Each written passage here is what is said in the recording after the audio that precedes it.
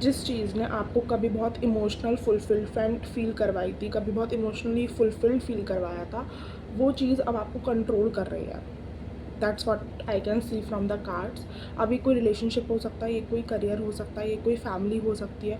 जिस चीज़ ने या जिस ग्रुप सेटिंग ने या जिस इंसान ने आपको कभी बहुत ज़्यादा इमोशनली फुलफिल्ड फ़ील करवाया था, वो चीज़ अब आपको कंट्रोल कर रही है, आपके लाइफ डिसीजंस कंट्रोल कर रही है।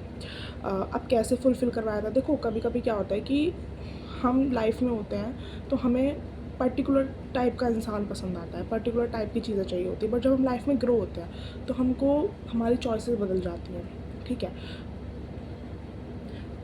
तो ज़रूरी नहीं है जो चीज़ हमें आज पसंद आ रही है, जो चीज़ हमें कभी तब पसंद आई थी, तभी कभी किसी ने हमें उस समय इमोशनली फुलफिल फील करवाया था, वो हमेशा करवाया था। तो एक समय पर जिस चीज़ ने फुलफिलमेंट आपको फील करवाई थी, वो चीज़ अब आपको कंट्रोल कर रही है।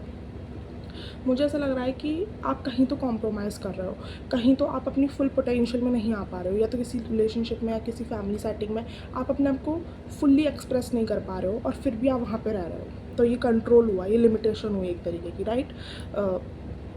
आप अपने आप को फुल्ली ओपन नहीं कर पा रहे हो, फुली दिखा नहीं पा रहे हो, फुली एक्सप्रेस नहीं कर पा रहे हो, आप कॉम्प्रोमाइज़ करके वहाँ पे रह रहे हो, तो आपकी एनर्जी में ब्लॉकेज है, and you need to like ख़त्म करने की ज़रूरत है आपको उस चीज़ को, ठीक है।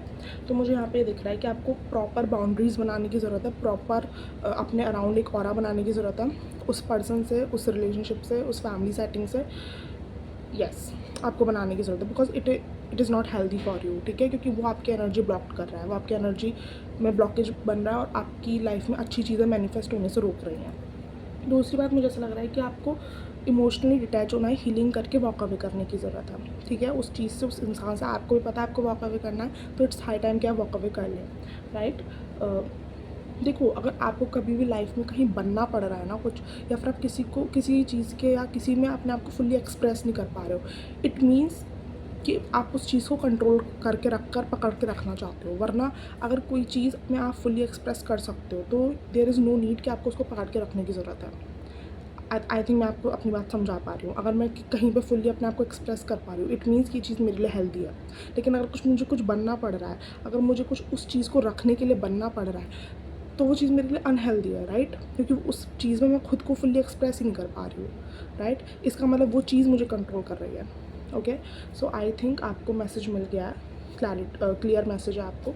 So work on this and detach yourself, walk away, do not compromise, okay.